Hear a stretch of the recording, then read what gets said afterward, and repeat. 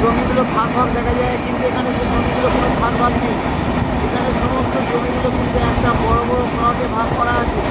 জানি না 10 বছর 15 বছর আগে পশ্চিমবঙ্গ সরকারের এরকম একটা কথা হয়েছিল যে কোনো বড় কোম্পানির মাধ্যমে চাষ হবে, জমিগুলো যে ছোটো ছোটো প্লটে ভাগ করা থাকবে, যে জমির পরিমাণ নষ্ট হয় সেই জমির পরিমাণগুলো কিন্তু এখানে দেখছি নষ্ট হয়নি।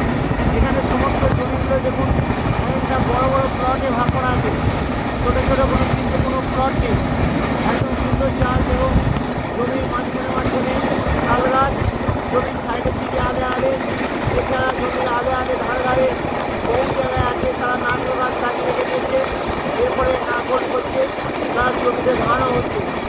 এছাড়াও এখানে অনেক দেখেছি খেজুর গাছ, যে খেজুর গাছগুলো বিশেষ করে সৌদি আরবে যে খেজুর চাষ হয় সেই খেজুর চাষ এখানেও দেখা যায়। আপনারা দেখতে পাচ্ছেন যে জমির ধারে ধারে কত নারকেল গাছ লাগানো আছে, কারণ এই নারকল থেকে নারকলও হচ্ছে, তার জমিতে চাষ হচ্ছে। এবং একটু ভালো করে লক্ষ্য করুন, জমিগুলো কিন্তু সম্পূর্ণ বড় বড় প্লটে ভাগ করা আছে, যেটা আমি দেখতে পাচ্ছি, যার ফলে চাষের পরিমাণ, শস্যের পরিমাণ তারা অনেক বেশি হবে এবং চাষ করারও অনেক সুবিধা হবে। জমির প্লটগুলো দেখতে পাচ্ছেন সমস্ত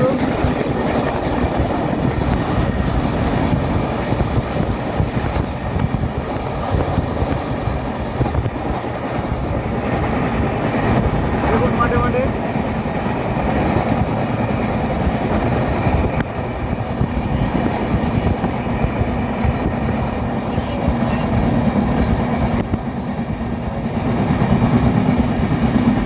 প্রতিটা জমি ধারে ধারে বড় বড় অনেক নারকেল গাছ রয়েছে, সেখানে তারা প্রচুর পরিমাণে নারকেলও ফলছে এবং নারকেল ফলার পরে সেখানে একটা ইকোনমিক গ্রোথ হচ্ছে। প্লাস জমিগুলো কিন্তু, যেটা আমি বারবার বলতে চাইছি, যে এখানে জমিগুলো কিন্তু সমস্ত, জানি না এখানে ল্যান্ডলর্ড সিস্টেম আছে, যে এক একজনের হয়তো প্রচুর বড় বড় জমি আছে, যার জন্য এই জমিগুলো ছোটো কোনো প্লট নেই, যেটা পশ্চিমবঙ্গ থেকে দেখা যায়। এর ফলে জমিতে ফসলের পরিমাণও অনেক কমে যায়। আপনারা দেখতে পাচ্ছেন যে জমিগুলো সমস্ত বড় বড় প্লটে ভাগ করা এবং জমিগুলো প্রত্যেকটা জমির ধারে ধারে সব বড় বড় সব নারকেল গাছ রয়েছে। এখানে তাদের নারকেলের ফলনও পাচ্ছে। জানেন নারকেল কত কাজে লাগে, নারকেল দড়ি থেকে আরম্ভ করে, নারকেলের শস্য থেকে আরম্ভ করে, নারকেলের জ্বালানি থেকে আরম্ভ করে সমস্ত কিছু তারা এখান থেকে পাচ্ছে। আপনারা দেখতে পাচ্ছেন অপূর্ব এক দৃশ্য। এখানে যেটা আমাদের পশ্চিমবঙ্গে এখন তো তাল গাছ দেখাই যায় না, কিন্তু এখানে অনেক তাল গাছও দেখা যাচ্ছে। দেখছেন তো এখানে সবে মনে হচ্ছে চাষাবাদ শুরু হয়েছে, কিন্তু অন্যান্য জায়গায় দেখলাম চাষের কিন্তু অনেক ধান কিন্তু বড় হয়ে গেছে। দেখতে পাচ্ছেন প্রতিটা জমির ধারে কিন্তু নারকেল গাছ, প্রতিটা জমির ধারে গাদা গাদা কিন্তু নারকেল গাছ দেখতে পাচ্ছেন। আর এখানে জমির মাঠকে মাঠ এখনও কিন্তু আমরা সেই সকালবেলা তামিলনাড়ুতে 10টার সময় আমরা অন্ধ্রপ্রদেশে ঢুকেছি, আমরা মনে এখন তেলেঙ্গানা আছি, তেলেঙ্গানা থেকে মনে অন্ধ্রপ্রদেশে ঢুকেছি। এখনও কিন্তু আমরা সেই অন্ধ্রপ্রদেশ বা তেলেঙ্গানা এখনও পার করতে পারিনি।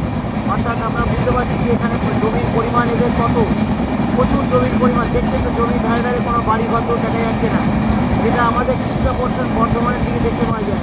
কিন্তু এখানে সম্পূর্ণটাই যতটা যাচ্ছে এখানে দেখছি জমির পর জমি, জমির পর জমি। এখানে কিন্তু কোনো বাড়ি ঘর নেই, কারণ মনে হচ্ছে এরা এখনও পর্যন্ত আমি দেখেছি তামিলনাড়ুর লোক সংখ্যা কিন্তু এখনও 1 কোটি ক্রস করেনি। অন্ধ্রপ্রদেশেও প্রায় 1 কোটির কাছাকাছি বা 1 কোটি থেকে